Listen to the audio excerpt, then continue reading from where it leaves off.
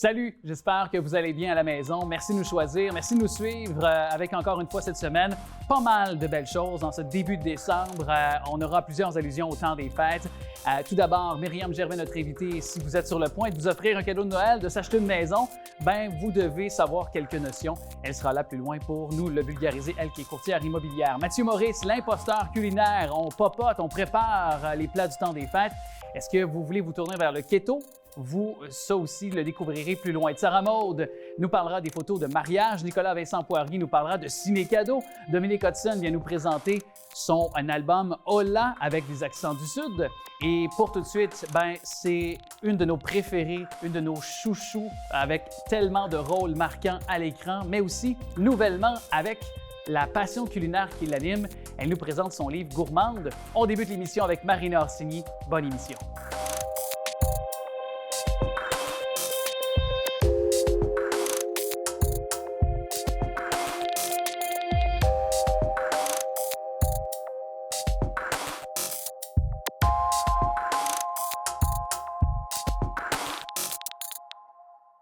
Je suis très honoré, très enchanté de parler avec la comédienne, animatrice et autrice aussi. C'est ce qu'on peut maintenant ajouter à Marina Orsini, bien sûr, qu'on connaît, qui est dans notre télé depuis tellement d'années.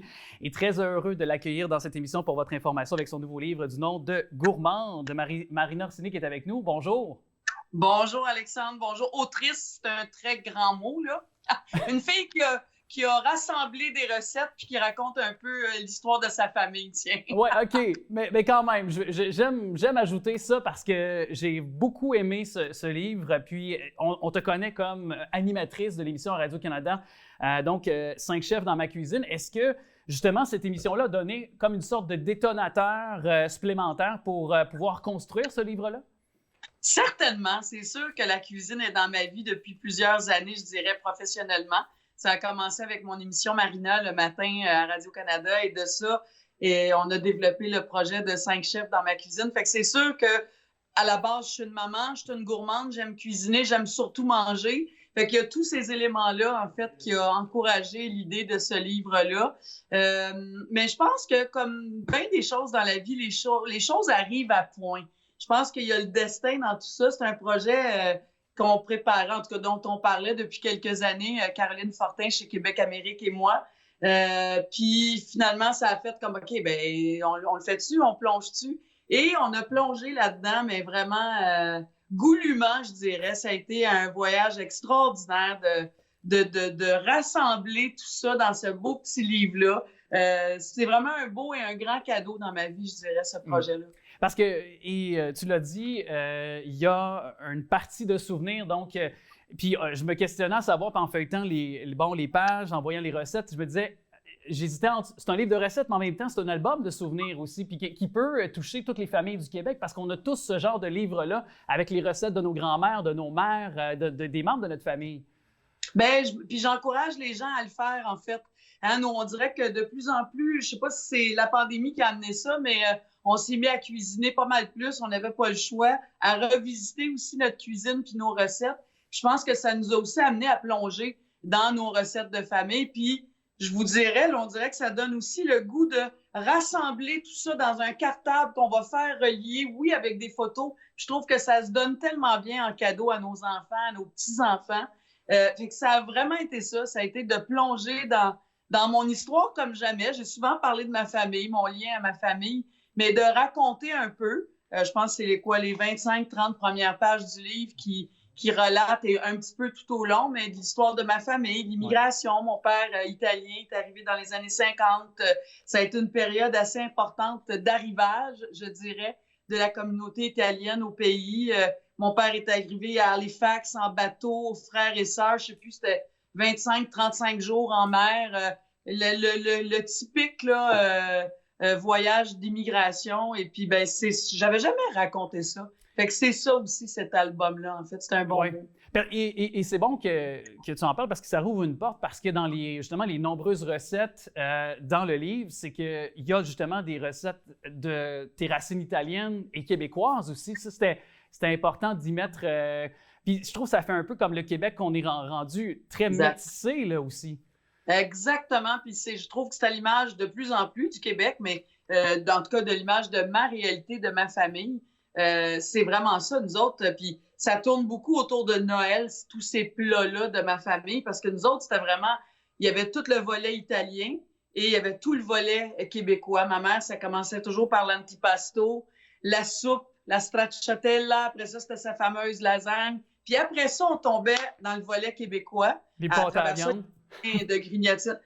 Pâté à viande, des fois, ce qu'on appelle aussi tourtière, mais c'était la grosse dinde, les patates pilées, les attaquas, la sauce brune, le ragoût de pâte de cochon. Ça, c'était ça chez nous à Noël. Chaque année, c'était le mélange des deux cultures. Ça me donne faim. Ça me donne faim. Oui, moi aussi.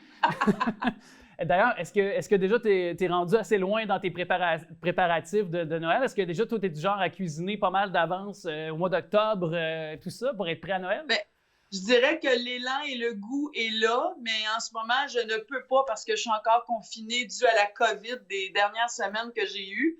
Donc, on suggère de ne pas cuisiner si on a la COVID, veut pas. Ben oui. Alors, ça tire à sa fin, fait que là, je vais me rattraper. Là. Il me reste encore du temps. Mais là, je vais faire justement mes pâtés à viande, que moi, j'appelle des tourtières. Là, mais je sais que ces deux écoles, il ne faut pas les mélanger. Oui. En Gaspésie ou à certains endroits au Québec, le cipote aussi, tu sais, il y a toutes nos recettes qui est rattaché, le goût qu'on a en tête. Mais en même temps, on parle depuis tantôt, Marina, avec toi, de bien sûr, de tes racines, le plan de tes racines aussi, autant italiennes que québécoises, mais en même temps, il devait tellement y avoir de recettes, de choses. Comment tu as choisi les recettes? Parce que c'est des décennies de recettes, justement, de la part de ta grand-mère, ta maman. Donc, comment tu les as sélectionnées? Bien, je te dirais que c'est venu assez spontanément. On dirait que je me suis basée justement sur Noël. Les recettes qu'on fait tout le temps à Noël, une fois par année, peut-être deux. Ma tante Marguerite, elle a repris beaucoup de ces recettes-là. Fait qu'à travers elle, on a le privilège de se replonger en Italie, je dirais. Mais écoute, mon livre aurait pu probablement être le double en grandeur, en grosseur, en quantité de recettes, mais malheureusement, au décès de ma mère, on n'a jamais retrouvé son espèce de gros cartable qu'elle avait. On avait des recettes absolument exceptionnelles de tout le côté de mon père, des Orsini, en fait, qui vivaient ici aussi au Québec. Mon père, ses tantes, ses cousins, ses cousines, ses oncles, on se réunissait à l'automne, les fins de semaine pour cuisiner. Il y en avait de ces recettes-là, mais bref, on n'a pas retrouvé ce cahier-là. Mais c'est à travers moi les notes que j'avais prises dans mon petit livre de recettes. Ma tante Marguerite, comme je disais, elle avait préservé plusieurs de ces recettes-là. Fait que c'est comme ça que j'ai pu recueillir, en tout cas, je dirais, les plus importantes pour nous, les plus marquantes. OK. Et bien sûr, les photos sont magnifiques. On le pense, pas on le pense, mais on le voit, puis on peut vraiment facilement l'identifier en voyant le livre. Voilà. Et il nous reste un petit peu de temps, quelques minutes, mais je dois absolument mentionner le retour des filles de Caleb. Et tu vas comprendre pourquoi, Marina, parce que surtout ici, tout.tv, c'est disponible sur Netflix également pour ceux qui sont sur cette plateforme. Et pour moi, parce que je suis natif de Saint-Tite. Ah oui, Saint-Tite, wow! Et plus loin que ça, mon grand-père, qui a 93 ans, Léopold, et qui est encore vivant, a eu comme enseignante Émilie Bordelot. Es-tu sérieux? Je te jure! Ah, mon Dieu, c'est extraordinaire! Oui. Wow, lui, il a dû être capable de t'en raconter aussi des histoires un peu de l'époque. Elle n'était pas aussi fine que toi. Ah non, il a-tu dit qu'elle était sévère? Elle était sévère. Il se rappelle, puis c'est un peu à l'instar de bien d'autres institutrices de l'époque, j'insiste sur le mot institutrice, où on donnait des coups de règle aux élèves en bois, monsieur. Oui, madame. Oui, puis il se rappelle où est-ce qu'il a reçu un coup de baguette. Mais il dit, c'est arrivé juste une fois, j'ai reçu un coup de règle, puis j'ai compris le message. Ah, mon Dieu, OK, je connaissais pas ce volet-là, mais probablement que toutes les institutrices, peut-être, étaient comme ça aussi à l'époque. Oui. Mais mon Dieu, c'est quand même une richesse d'avoir un grand-père qui a connu toute cette époque-là, puis qui a connu la vraie Émilie Bordelot, en fait. Oui, littéralement. Puis je me devais de te partager cette petite anecdote familiale-là. Wow. Pour toi, évidemment, je pense qu'il n'y a pas une journée où tu ne te fais pas rappeler ton rôle d'Émilie Bordelot, j'imagine, ou de Suzy Lambert, qui est un autre personnage marquant, là. Je te dirais peut-être pas à tous les jours systématiquement, mais plusieurs fois par mois, oui. Puis, ben ça me fait toujours plaisir. C'est une grande fierté pour moi. Fait que c'est sûr que c'est, ben Lancer Compte étant mon tout premier projet à vie, puis Les Filles de Caleb, ben étant un projet tellement marquant.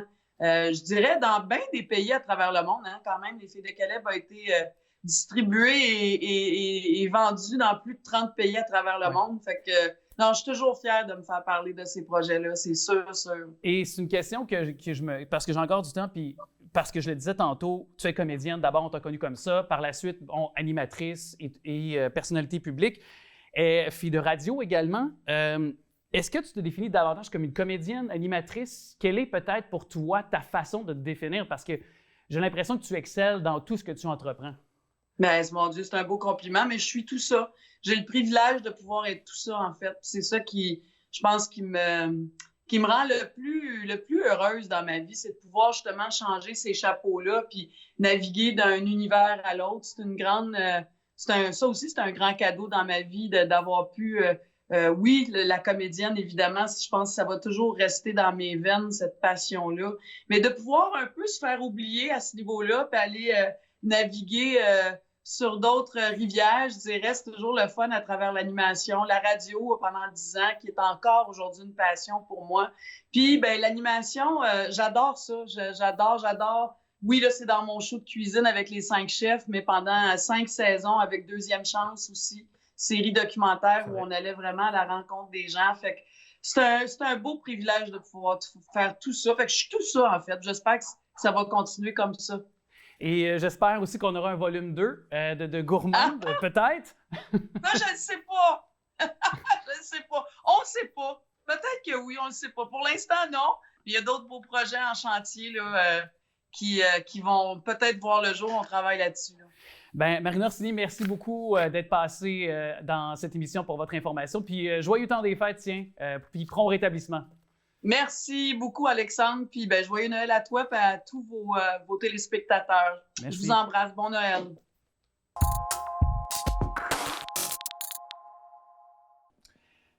Un rêve, c'est peut-être pour vous de vous porter acquéreur d'une demeure, d'un condo, par exemple, mais il y a beaucoup de paperasse à remplir. Il faut savoir comment, par exemple, démystifier le domaine de l'immobilier et les courtières immobilières. Myriam Gervais, nouveau avec nous. Content de te retrouver. Merci d'être là. Merci à toi.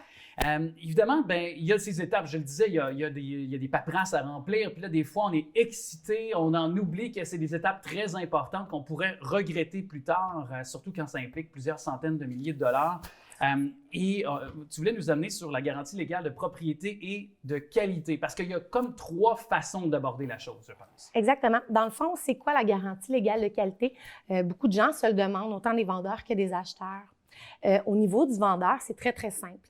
Lorsqu'on vend avec garantie légale, c'est qu'on se porte garant des vices qui pourraient être méconnus lors de la vente. Donc, ça exclut les vices qu'on connaît et qu'on a déclarés. Ça serait vraiment, exemple, comme les vices cachés, où on serait responsable. Donc, on est responsable. Par contre, parfois, ça peut devenir difficile à prouver pour, par exemple, l'acheteur. Donc, si jamais le vendeur cache cette partie-là, omet de le mentionner dans un contrat de vente, par exemple, difficile pour l'acheteur de pouvoir finalement le voir à l'œil nu ou du moins de pouvoir prouver qu'il a été lésé par le vendeur. Tout à fait. C'est sûr que ce que toi tu parles, c'est quelque chose qu'on appelle un dol. Dans le fond, c'est un vice que le vendeur était au courant, mais qu'il a omis ou refusé de déclarer et l'acheteur est en mesure de prouver ça. Très bel exemple que j'ai déjà vu, une vieille propriété des années 40 avec un solage de béton. L'acheteur fait des rénovations, il couvre une grosse fissure horizontale. Et là, il se dit, mais mon Dieu, elle a été, tu sais, comme patchée, tout ça. On voit que ça a été fait, là... maquillé, là, un petit peu, là, travaillé pour pas que ça paraisse. Là. Alors là, il demande au vendeur. Le vendeur dit, non, moi, j'ai toujours habité là, jamais touché à ça, c'était de même. Alors, on fait des petites recherches là, aux archives de la ville et on trouve des photos de l'ancien propriétaire avec une truelle en train de réparer la fissure. Coup de chance, probablement, mais monsieur avait menti et on était en mesure de le prouver. Il a été 100% responsable de tous les travaux de fondation à refaire qui s'élevaient là, à plusieurs milliers de dollars. Mais parfois, en même temps, il y a ces histoires où on réussit à le prouver, mais on poursuit par exemple finalement le vendeur, l'ancien vendeur, l'ancien détenteur de la maison, mais ça va coûter encore de l'argent. Déjà, les acheteurs sont prêts à la gorge parce qu'ils viennent de se mettre, par exemple, 500 000 $ en dette. Donc là, c'est de débourser de façon supplémentaire, non seulement pour faire les travaux, mais pour tenter de prouver avocat ou autre. Donc, c'est des histoires d'horreur qui peuvent s'en suivre aussi. Là. Tout à fait, tout à fait. Premièrement, là, pour que le vice, on dit on va vers les avocats, il faut premièrement qu'il y ait une garantie légale. S'il n'y a pas de garantie légale, là, c'est encore plus difficile, surtout si on n'a pas fait d'inspection, pour la simple et bonne raison que sans garantie légale, pas d'inspection. Si c'est un vice qu'on aurait pu voir à l'inspection, c'est sûr que le vendeur ne sera pas responsable. C'est l'acheteur qui n'a pas été diligent, qui n'a pas fait ces choses comme il faut. C'est pour ça qu'on recommande toujours de prendre l'inspection, puis de prendre, j'imagine, aussi pour se protéger. Là, donc, exact. C'est ça. Est-ce que c'est comme une garantie de qualité? Oui, c'est une garantie de qualité pour les vices non connus. Si on la retire, dans le fond, c'est que là, on se protège en disant, écoutez, s'il y a des choses qu'on n'était pas au courant, on n'est pas responsable. C'est une option souvent que les gens vont prendre quand ils ont acheté sans garantie légale ou lorsque c'est des successions parce qu'on ne sait pas et on ne veut pas que la succession soit responsable de ça. Donc, on peut la retirer. C'est sûr que quand on la retire, il y a des impacts au niveau du prix, dépendamment des marchés, bien sûr. Là, on a vu des périodes plus folles un peu où la garantie légale, bon, c'était moins un critère, exemple, pour les acheteurs. Mais maintenant qu'on voit le marché qui change, deux maisons égales, une avec garantie, l'autre sans garantie, ça se pourrait que l'acheteur soit prêt à payer plus cher pour celle qui a une garantie, puisque le vendeur se tient responsable de vices qu'il serait méconnu. Mais est-ce que aussi, quand il y a une garantie aussi légale, on se dit le vendeur est peut-être plus susceptible d'être honnête dans ses déclarations aussi? Est-ce qu'on peut se dire ça en quelque sorte? Je sais que c'est difficile un peu à pouvoir établir, là, mais... Oui et non. Je peux comprendre, puis oui, c'est l'impact que ça a sur les acheteurs. Il y a certains acheteurs où ils n'iront même pas visiter une maison qui n'a pas de garantie légale. Donc, on perd un bassin d'acheteurs. Ça peut avoir un impact sur le prix vendu. Ouais. Donc, c'est sûr que quand on met la déclaration, qu'on la mette ou qu'on la mette pas, on se doit de déclarer tout ce qu'on sait. Ouais. Le courtier, lui, a comme devoir de vérifier toutes les déclarations du vendeur antérieur, de remplir la déclaration avec le vendeur au meilleur de sa connaissance. Si on ne le sait pas, on marque « on ne le sait pas » et là, l'acheteur devra faire ses vérifications. Mais tout ce qui est déclaré à la déclaration du vendeur ne peut pas être retenu contre le vendeur, c'est écrit. Par contre, est-ce que au niveau, par exemple, quand on disait si on marque on ne sait pas, si c'est l'acheteur qui doit tenter de vérifier si, bon, il y a des antécédents à la maison ou autre, est-ce que c'est difficile pour un acheteur de faire ses propres recherches? Parce que vous avez accès par votre position professionnelle peut-être à des plateformes ou à des façons de procéder pour faire vos recherches peut-être plus facilement qu'un simple acheteur qui, peut-être à sa première maison, est un peu plus néophyte en termes du domaine immobilier, finalement. C'est sûr qu'un acheteur qui achète une maison qui est vendue par un courtier immobilier, le courtier se doit de tout vérifier ça et de déclarer avec son client tout ce qui est... Donc, on a plus de protection. Si, exemple, c'est un acheteur non représenté avec un vendeur non représenté... C'est la parole de l'un et de l'autre, finalement. Il y a plus de risques parce qu'il n'y a pas d'intermédiaire responsable entre ce qui s'est dit. Donc, tu sais, parfois, un vendeur peut dire « Ah, ben on a eu un dégât d'eau il y a 15 ans, on l'a fait sécher, c'est beau, on ne le déclarera pas. » Finalement, l'acheteur arrive parce que ça n'a pas été réparé, tout le plancher est pourri, exemple, puis là, on a des milliers de dollars de réparation. Bien là, oui, le vendeur va être responsable, l'acheteur va devoir débourser au niveau des avocats, tout ça. C'est des longs processus. Dernière chose, allez-y. S'il y a un courtier dans la transaction, il y a certaines agences qui offrent des protections pour ces cas-là. Donc, c'est toujours de vérifier auprès de qui on fait affaire, de quelle agence, par exemple, de courtier immobilier, finalement, auquel on fait affaire. Là, bien, tous les courtiers sont soumis à la loi sur le courtage immobilier. Donc, peu importe l'agence, tant qu'il y a un courtier, les vérifications se doivent d'être faites. Peut-être pour certaines, est-ce que par contre, il y a certaines agences qui peuvent offrir certaines garanties au niveau service plus que d'autres? C'est là où je voulais aller avec ma question. Je n'irai pas dans les différents... Non, mais juste dans le fond, préciser aux gens qui nous écoutent, parce que comme on dit, ça implique quand même plusieurs centaines de milliers de dollars. Donc, on veut choisir les gens qui vont nous représenter. Parfois, on a une certaine, peut-être, on a peut-être une prédisposition envers certaines agences, compte tenu qu'ils ont un service peut-être d'une manière plus précise pour répondre à nos attentes. Il y a des programmes comme ça qui, j'ai dit assurance, mais c'est une protection. Donc, c'est des programmes de protection. On doit là, suivre certains critères. Il y a des déboursés par rapport à ça, mais ça offre des protections. Donc, dans certains cas, on peut réduire la garantie légale à un nombre d'années ou on peut carrément la retirer ou la restreindre à un type. Okay. Exemple, les fondations, on sait qu'il y a un problème, on retire la garantie légale là-dessus, mais on le laisse sur le reste. Bien, en tout cas, c'est parfait pour nous donner vraiment toute la mesure et surtout de se protéger et tout à savoir sur le domaine de l'immobilier. On fait appel encore une fois à Myriam Gervais très bientôt parce qu'on va se reparler d'ici à la fin de la saison. Merci beaucoup, Alexandre. Merci beaucoup. Vraiment, vraiment heureux de l'accueillir parce qu'on s'est parlé à la radio, on a eu des conversations par le truchement de la technologie. Puis là, il est en studio avec moi, l'imposteur culinaire Mathieu Maurice qui est avec nous. Salut! Salut! Merci d'accueillir. Ben, c'est très heureux. Oui. Très, très, très heureux. Tu étais au Salon du Livre tout récemment. En fin de semaine, dimanche. Comment ça a été? C'est vraiment le fun. C'est vraiment le fun de voir les gens venir nous voir. C'était le fun d'avoir de jaser avec eux autres, prendre des photos avec ceux qui sont venus voir, dédicacer des livres. Puis il y a aussi des nouvelles personnes qui sont passées en avant du kiosque qui sont venues découvrir un peu ce qu'on faisait, puis ont décidé d'acheter des livres puis embarquer dans l'univers de l'imposteur culinaire. Puis je trouve ça le fun, ce contact-là qu'on peut maintenant refaire avec les gens. C'est vraiment cool. Parce que tu sais, c'est sûr qu'avec la réalité pandémique, il n'y a pas eu beaucoup de salons du livre en présentiel. Tu as bâti, je vais le dire comme ça en bon espagnol, mais ton branding pas mal avec la communauté qui était le réseau sur Facebook ou autre. Oui. Fait que là, c'était tangible, là, des gens, des fans, des gens qui te suivent, qui étaient là pour te parler à quel point ils aiment cuisiner ce que tu proposes. Là. Oui, puis c'est le fun de les rencontrer parce que, comme tu dis, on travaillait sur les réseaux sociaux, fait que c'est pas évident d'avoir le pouls des gens, de vraiment savoir, tu sais, les réseaux sociaux, c'est comme un mur, hein? On ne sait pas ce qui se passe de l'autre côté. Puis là, une fois que tu sors, tu commences à rencontrer les gens, c'est là que ça devient le fun. Puis mis à part les communautés, mais de vraiment jaser personne à personne avec les gens, de les rencontrer, ça, c'est un plus en ce moment, c'est vraiment le fun. Si vous ne connaissez pas encore, mettons que vous ne connaissez pas encore l'imposteur culinaire. Lui, là, c'est vraiment deux choses à surveiller côté cuisine parce que toi, tu proposes vraiment donc le domaine tout ce qui est keto. Oui.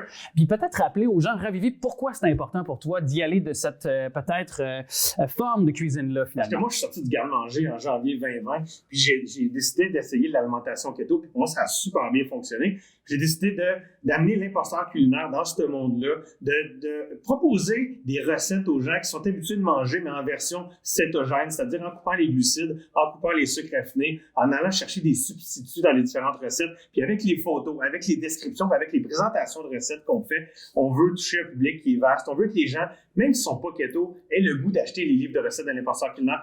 Que ça ne soit que pour lire les recettes parce que c'est en humour, c'est drôle, ça fait changer le mal de place de ce temps-ci, ou juste de cuisiner keto, cuisiner autrement, avec des ingrédients qui sont faciles à trouver, puis c'est des recettes faciles à faire aussi pour monsieur, madame, tout le monde. C'est sûr, puis là, ben il y a ce magazine, donc le magazine Imposteur culinaire des fêtes. Peut-être nous dire la différence, parce que oui, bon, c'est des propositions du temps des fêtes, mais là, tu sais, j'ai ici le livre que tu as lancé cet automne. On s'était parlé d'ailleurs à cette émission, et ça a été très heureux comme conversation. Fait que peut-être nous dire un peu la différence entre les deux, parce que ça, c'est plus magazine. Là. La différence entre les deux, c'est que les magazines sont plus thématiques. On va aller un petit peu plus dans le funky, on va se laisser aller un petit peu plus. On va mettre des différentes choses dans les photos. On va faire des photos thématiques de Noël, des photos thématiques de la rentrée avec des crayons, Crayola qu'on était habitué de voir quand on était jeune.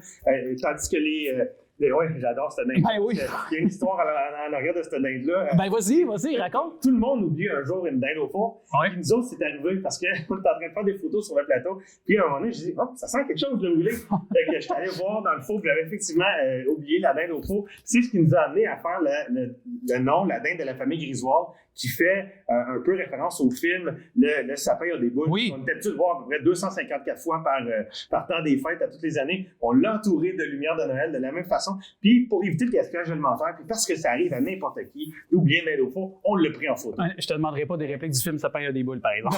Non, mais on s'entend qu'elle a l'air sèche, sèche, mais elle est quand même super bonne parce qu'on l'a quand même mangé après. Et puis, fait que les magazines sont un peu plus thématiques, c'est un peu plus funky. Les livres de recettes sont un peu plus slick. Hein, c'est un peu plus de recettes. C'est des recettes 80 recettes, plus recherché. Ouais. Les magazines, c'est 20 recettes.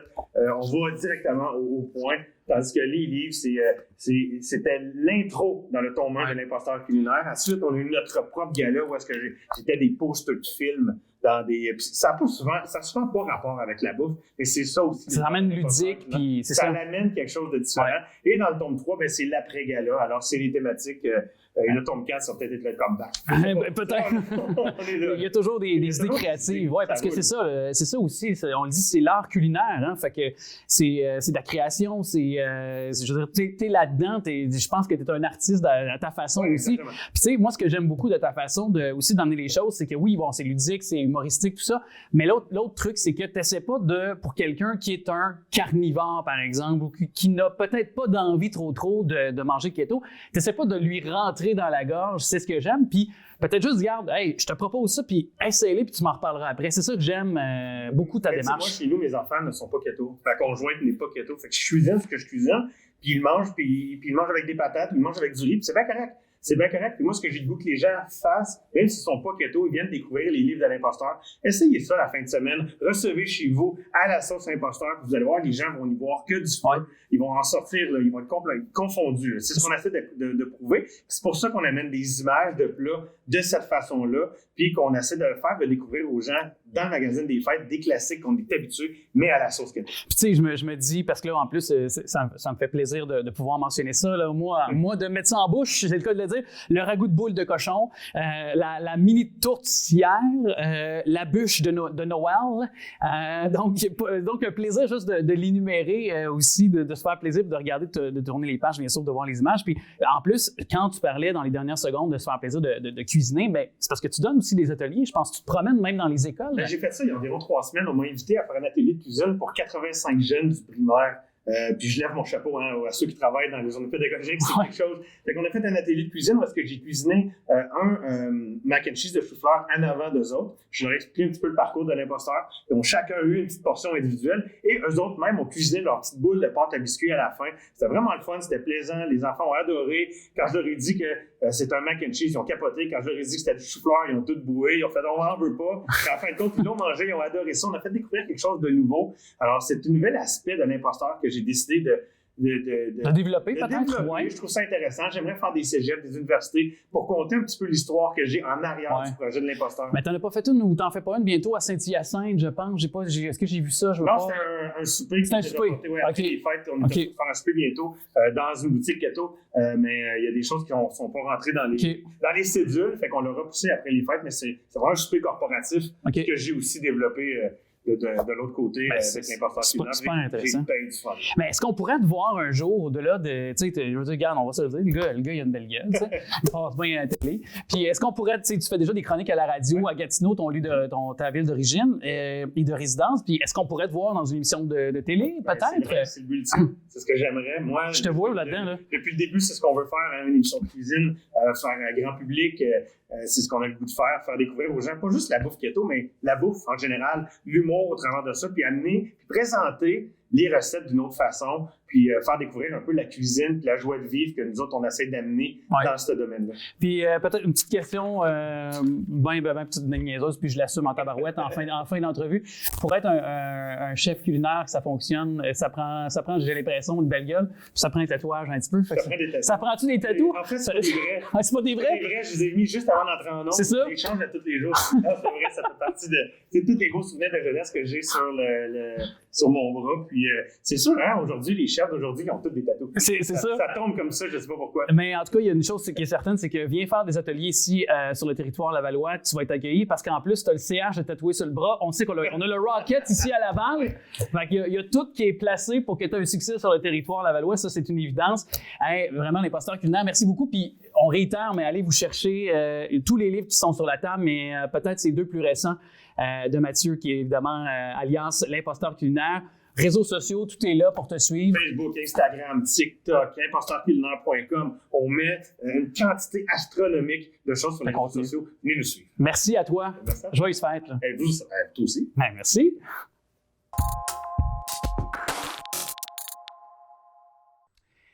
On est peut-être pour vous sur le point de planifier un mariage. J'ai eu en tout cas une reprise des mariages durant l'année 2022. Ça risque d'être un calendrier fort chargé pour le printemps, été, automne prochain.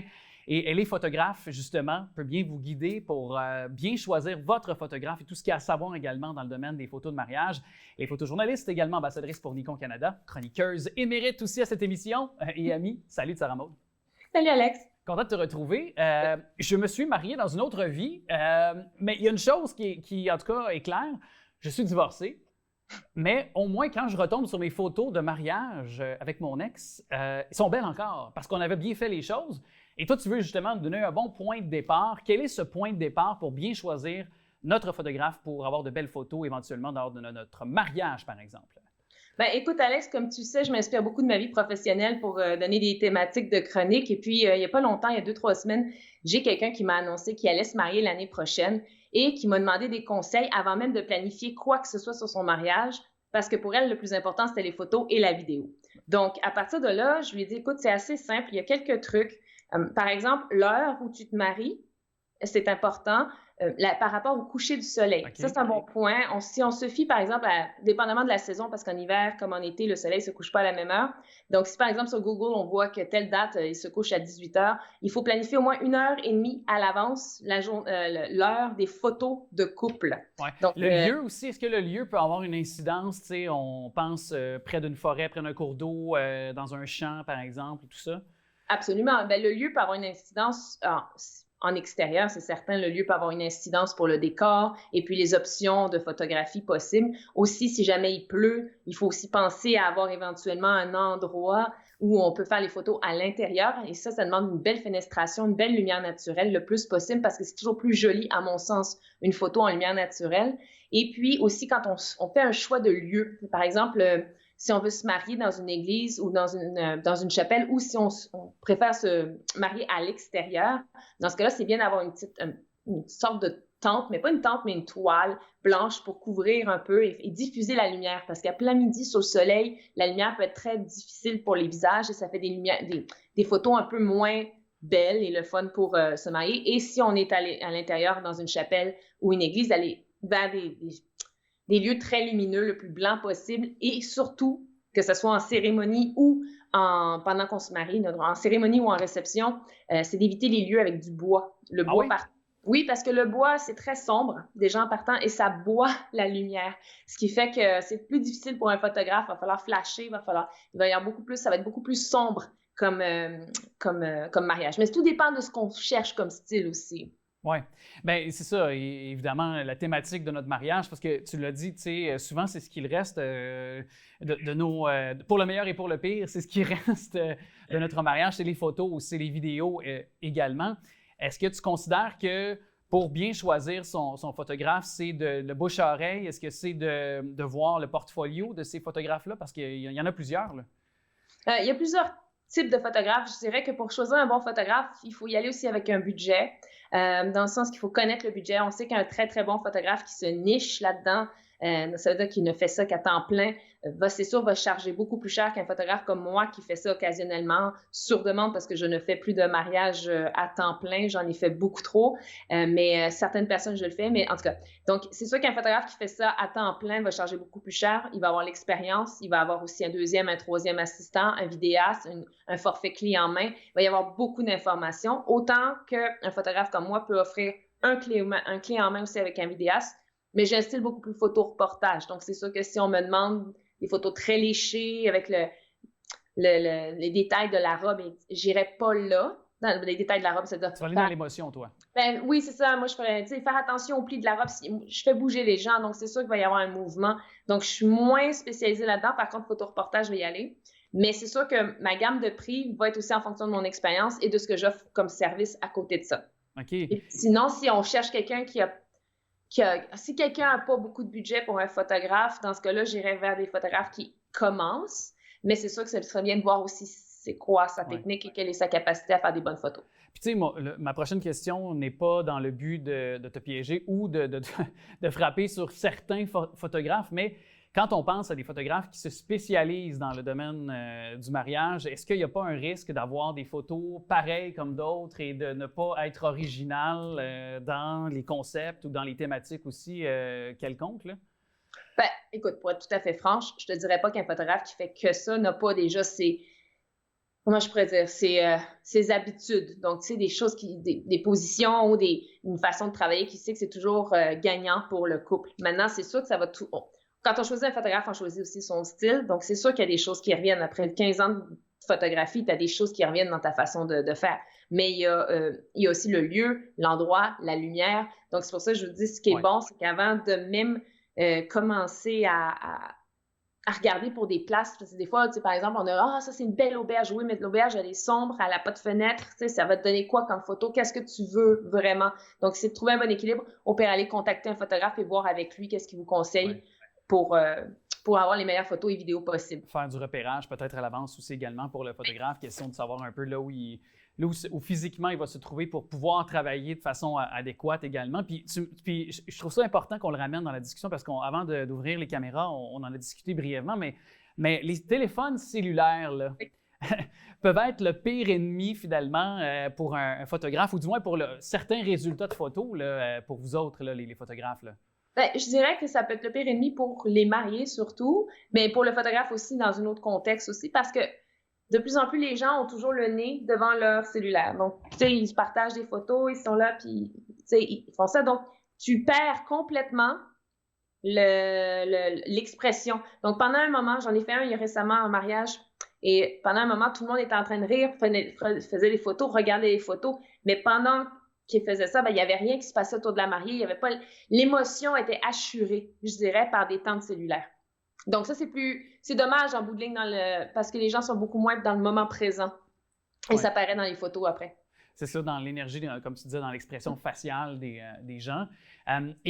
Parce qu'on a encore un petit peu de temps pour, on évoquait un peu de comment repérer peut-être notre photographe, tout ça, mais ultimement, pour un couple là, qui est à l'écoute actuellement, qui aimerait peut-être trouver son photographe, on peut parler de combien d'argent là, à investir? Est-ce qu'on parle de 2 000, 3 000 plus ou...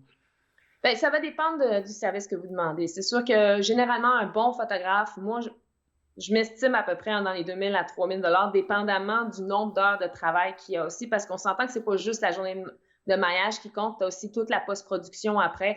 Puis des fois, ça peut aller, quand tu as un assistant, 2 assistants, ça peut aller à un deuxième photographe, un troisième photographe, ça peut aller quand même avec plusieurs milliers de photos en bout de ligne à la fin de la journée. Donc, c'est aussi presque des fois, ça peut être aller jusqu'à 1 semaine de post-production entre trier les photos, prendre les meilleures, demander l'approbation du client, ensuite retoucher ce qu'il y a à retoucher parce que des fois, on les veut en noir et blanc, des fois ci, des fois ça. L'album de mariage, si c'est inclus là-dedans ou pas dans les services, ça peut varier. Moi, je sais que j'irai pas en dessous de 2 000 mais il y en a d'autres qui peuvent aller jusqu'à 12 000, 15 000, 20 000 pour une journée de mariage, ce qui est énorme. Ouais. Mais ça, comme je vous dis, là, je pense qu'on est rentré dans un tout inclus vraiment haut de gamme. Oui, puis on parle d'un mariage qui est peut-être avec avec les gens qui ont les moyens de leur ambition quand tu es rendu, que ça coûte 10 ou 15 000 là. Par contre, pour ceux qui ont moins de budget, puis ça parce qu'on s'entend qu'il n'y a pas...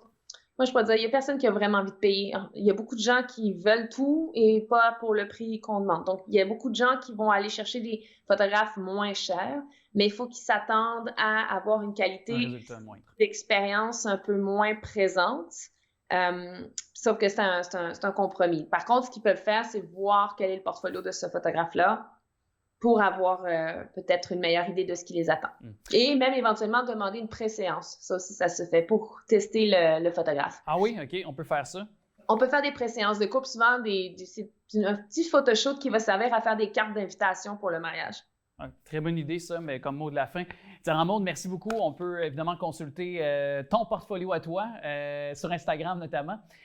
Et je te dis à très bientôt pour une autre chronique. Merci, Alex. Ça me fait plaisir de t'avoir vu.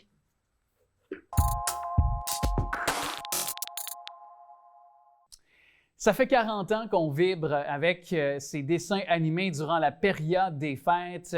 Tout d'abord, peut-être si vous êtes de l'ère des années 80, c'était pour vous autres Radio-Québec, maintenant Télé-Québec.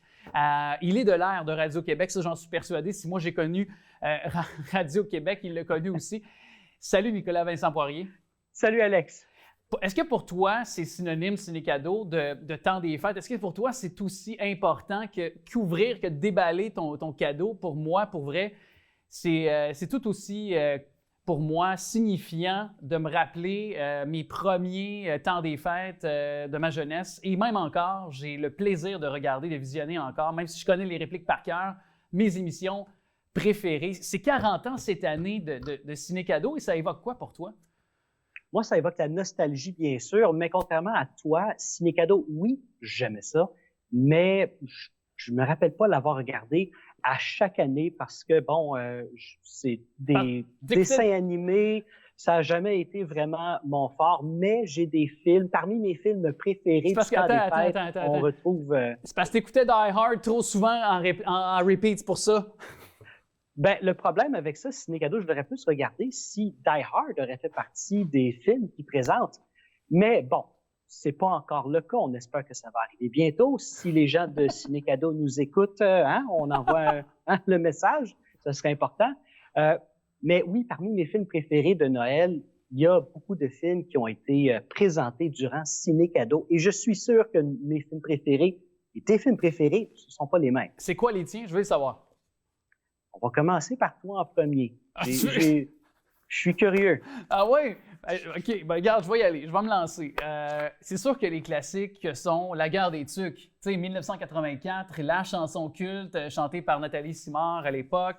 Ça a même donné lieu à un dessin animé de cela quelques années, un autre grand succès auprès des jeunes familles. Pour moi, c'est évocateur de notre hiver québécois, de nos régions du Québec dont je suis natif. Pour moi, c'est sûr, c'est un portrait clair dans ma tête de l'hiver. Puis, et qui demeure à ce jour un des seuls films, avec Les Contes pour tous aussi, là, mais qui dépeint l'hiver québécois, qui est pour les jeunes, qui était fait pour les jeunes avec ce cinéma d'un Conte pour tous de Roch Demers. Sinon, c'est sûr que Astérix et Obélix, les 12 travaux, comment ne pas avoir de la nostalgie ou d'être interpellé par ça? Lucky Luke, un autre aussi, avec la balade des Dalton, toi aussi? Moi, mon préféré dans Astérix, c'est Astérix et Cléopâtre.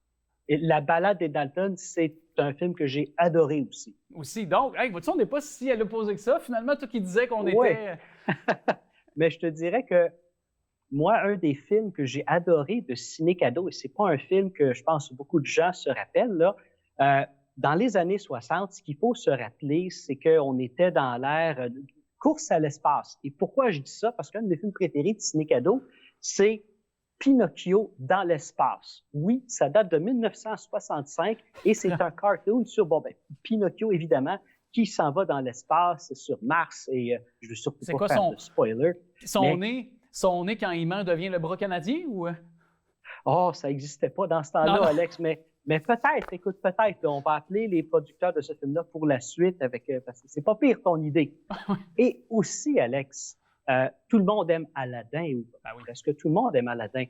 Mon film préféré de Noël, c'est un film d'Aladdin, mais la version, disons, manga de 1982. C'est un studio japonais qui avait produit à l'époque un film d'animation d'Aladdin, mais qui se rapprochait beaucoup plus de l'histoire originale, disons, que ce que Disney en a fait. Ouais. Il y a deux génies dans l'histoire et disons que moi, c'est ma version préférée. C'est un film qui est quand même, on peut le retrouver encore, contrairement à Pinocchio dans l'espace, là.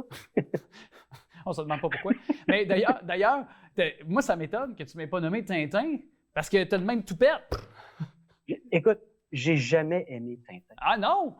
J'ai jamais aimé ça, mais je respecte tous ceux à la maison qui aiment Tintin. Hey, moi, c'est juste que, écoute, tu as deux choix dans la vie. Soit tu es Tintin ou soit tu es Die Hard. Et moi, j'ai déjà... c'est ça. OK. Je me reprends parce que là, je suis crampé. Tu sais à quel point ça pourrait déraper cette conversation. Mais sachez-le, donc, pour les gens qui sont avides de ciné-cadeau, de reconnecter avec la nostalgie, c'est le 9 décembre que commence donc la programmation à Télé-Québec. Série d'émissions spéciales, balado et autres incitatifs pour célébrer, souligner les 40 ans de ciné-cadeau. Et de même que le 10 décembre, le film culte qu'on se replonge à chaque année, dont je faisais référence un petit peu plus tôt, La guerre des tucs, ce sera projeté à Télé-Québec le 10 décembre prochain. Alors voilà pour des rendez-vous télé. Mais un autre qui nous amène sur la plateforme Netflix que tu voulais proposer, soit avec Wednesday et Tim Burton, c'est tiré de son univers. Oui, exactement. Wednesday ou mercredi en français, c'est un... Merci pour la traduction. Oui, ça fait plaisir, je suis bilingue. Oui. Non, trilingue. Oui, presque. Oui. Mercredi, dans le fond, c'est l'histoire de la petite fille dans la famille Addams, pour ceux qui se rappellent des films, là, entre autres dans les années 90 avec Raoul Julia, Angelica Houston. Et cette série-là ne focus pas sur la famille Addams, mais comme le titre le dit, eh bien, la petite fille mercredi qui va aller dans une école qui s'appelle Nevermore. Et là, bon, elle va découvrir, elle va se découvrir les gens autour d'elle. On va découvrir aussi qu'il n'y a pas juste la famille Addams qui sont, bizarres dans cet univers-là, parce que Nevermore, c'est une école pour toutes les gens qui ne sont pas normales, disons-le comme ça. Et à travers ça, eh bien, il va y avoir un meurtrier, il va y avoir une série de meurtres, et eh bien, la petite mercredi va devoir trouver qui se cache derrière ces meurtres-là. Et j'en dirai pas plus. Cette série-là, c'est pas Tim Burton qui l'a développée. C'est Alfred Gough et Miles Miller. Et ces deux-là sont responsables d'avoir créé, entre autres, la série Smallville dans les années 2000. Et Tim Burton, lui, est un des producteurs et aussi a réalisé 4 épisodes sur les 8, mais évidemment, c'est lui qui a donné le ton à cette série-là.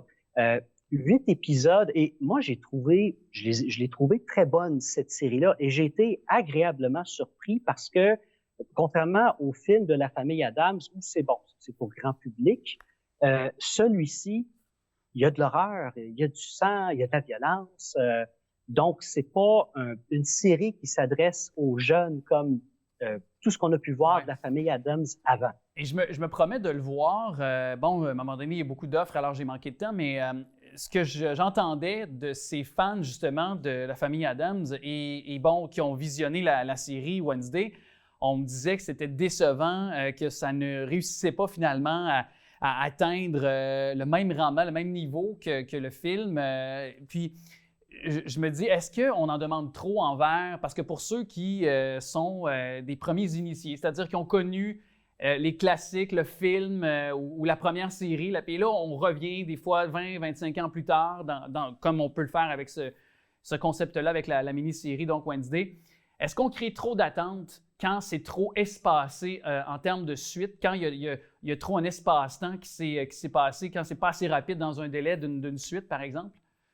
Je te dirais que dans ce cas-ci, c'est pas une suite, c'est quelque chose de nouveau. On connaît les personnages, mais l'univers est nouvel et tu comprends là où je veux en venir, à savoir quand c'est tiré du même univers. Là-dessus, écoute, il y a des modes au cinéma et à la télé comme n'importe où ailleurs. Est-ce qu'on est dans un temps où ce type de série-là, d'histoire-là va plaire? Eh bien, Netflix a des bons résultats jusqu'à date par rapport à cette série-là, qui est en général bien appréciée. Moi, je sens vraiment qu'il y a un bon potentiel avec ça, mais en même temps, 8 épisodes, moi, je l'ai apprécié, j'ai été agréablement surpris, mais c'est peut-être un petit peu long aussi. Ouais. Peut-être qu'on aurait pu faire une mini-série ou un film.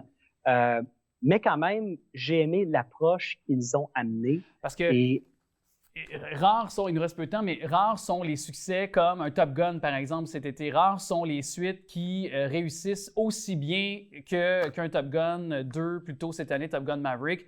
Parce que dans la plupart des cas, il y a beaucoup de déceptions dans ce genre de rendez-vous-là quand il est question d'user de nostalgie pour tenter. On n'a qu'à penser à Ghostbusters qui a été légèrement et pas à peu près un flop. Là. Je dis légèrement pour être évidemment sarcastique. Ça dépend de quelle version tu parles, celle de 2016 ou celle de l'année passée. Oui, bien c'est évidemment celle de 2016 qui a été littéralement un flop. Là. Mais bon, évidemment, des fois, on pourrait s'en jaser très longtemps. Nicolas, merci de nous avoir parlé. Merci, Alex.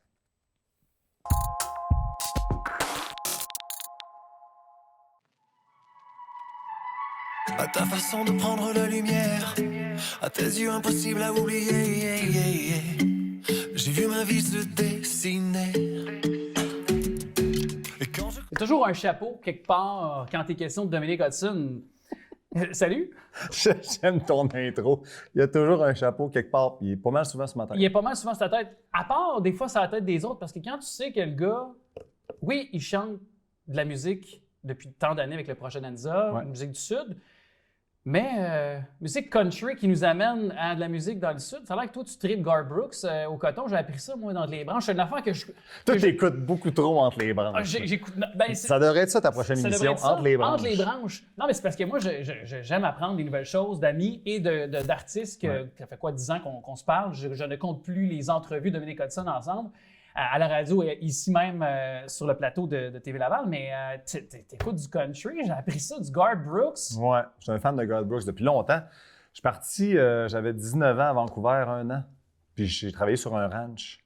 Wow! Puis en faisant les foins et tout ça, ben j'écoutais Garth Brooks, l'album de Hits. Ouais. Je suis un fan. Puis je l'ai jamais vu en show, c'est un des artistes que j'adore et que je n'ai pas vu en show. Ben, il passe presque jamais de toute façon au Canada. Là, je veux dire, il est presque juste aux États-Unis. Mais tu sais, je veux dire, en même temps, quand tu y penses, c'est pas tant non plus une surprise parce qu'il y a des accents dans la musique country, puis dans la musique de Garth Brooks, pop, un peu sunny, un peu, tu sais, c'est bubbly, c'est dans certaines chansons. Fait que ça m'étonne pas tant que ça non plus quand tu y penses. Mais ce qui devrait pas t'étonner, c'est que tu connais déjà mon passé de disco mobile. Fait que je veux dire que ma palette de couleurs de musique est assez large. Moi, j'ai appris la musique avec Francis Cabrel.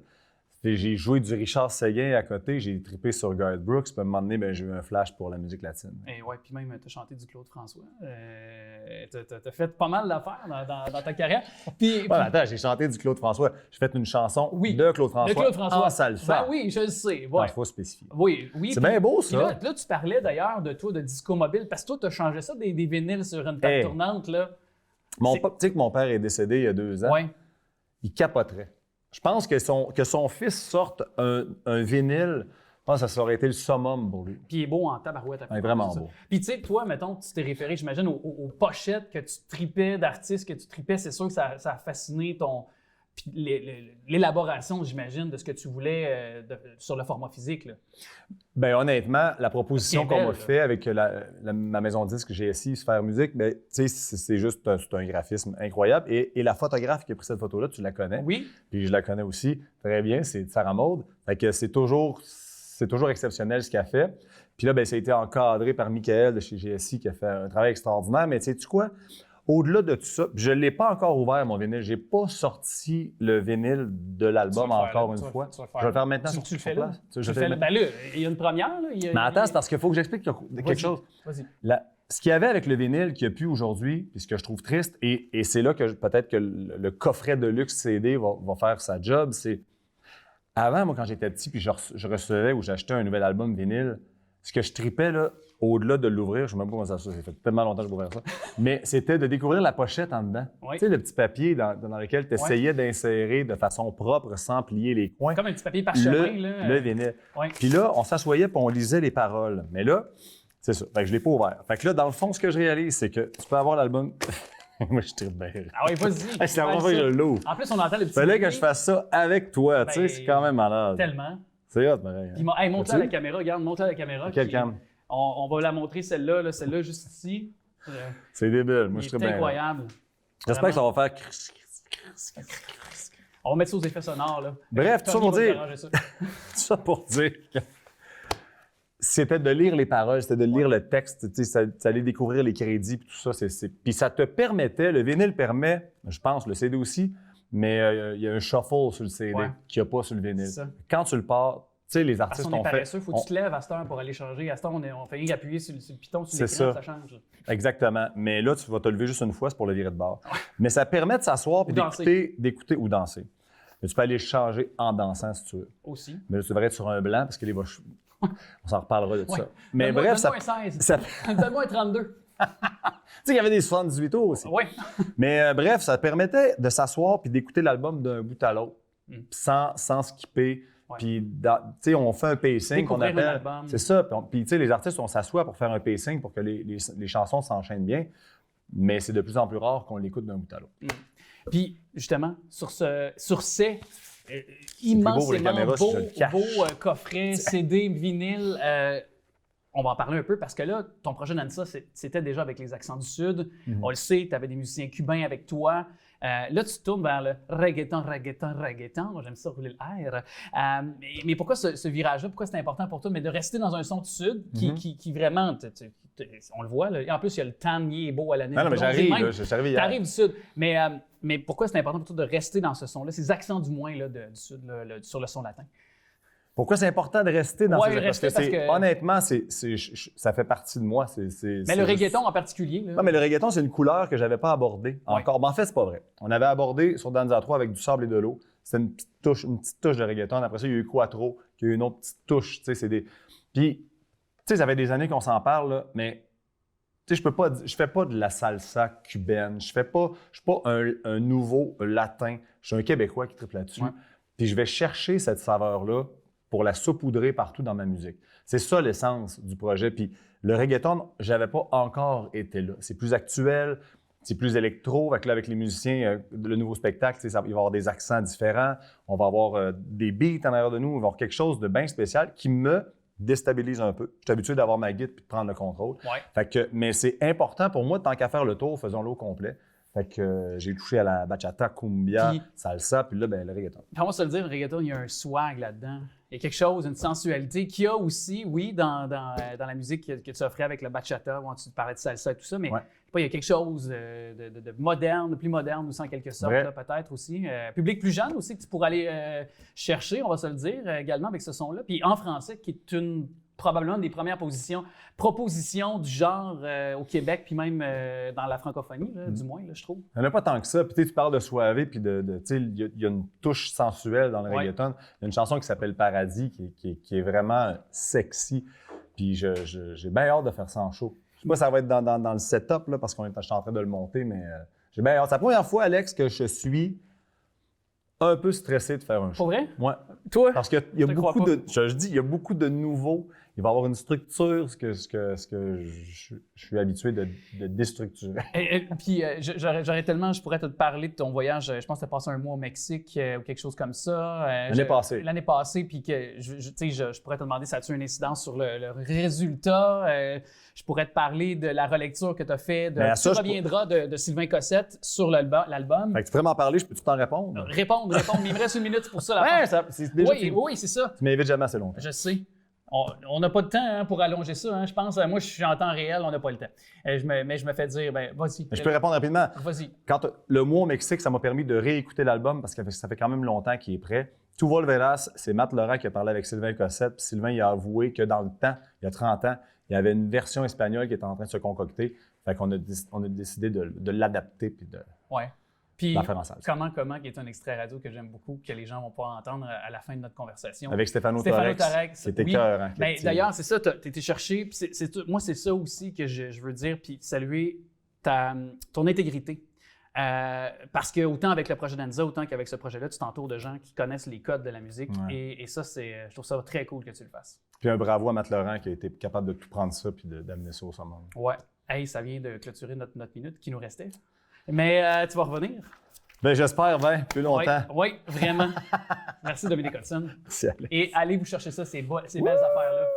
Recommencer, mais comment, moi je sais pas comment t'oublier quand je te vois partout. Mais le vis-tu aussi mal que moi? Dis-moi comment tenir, mais sans devenir. Je vous remercie d'être attentifs à cette émission et à chaque semaine, vous êtes de plus en plus nombreux à vous joindre à la grande famille de Pour votre information. Continuez d'acheminer vos différents sujets, les questions d'ailleurs que vous aimeriez qu'on pose à nos invités, vos réactions, YouTube évidemment, mais aussi notre Instagram et Facebook pour aussi consulter toutes les émissions sur le tvrl.ca. Je veux remercier toute l'équipe également qui travaille à me faire rayonner devant les caméras, Jacques également, présence de Tommy, Daniel, Alain à la réalisation et Manon aussi, précieuse Manon, à la recherche. Je vous invite aussi à toujours vous procurer vos cartes. Cette semaine, notre bingo, le premier du mois, 4 000 $, 3 000 $ la carte pleine. Je vous souhaite une belle semaine. On se retrouve dimanche prochain et à bientôt.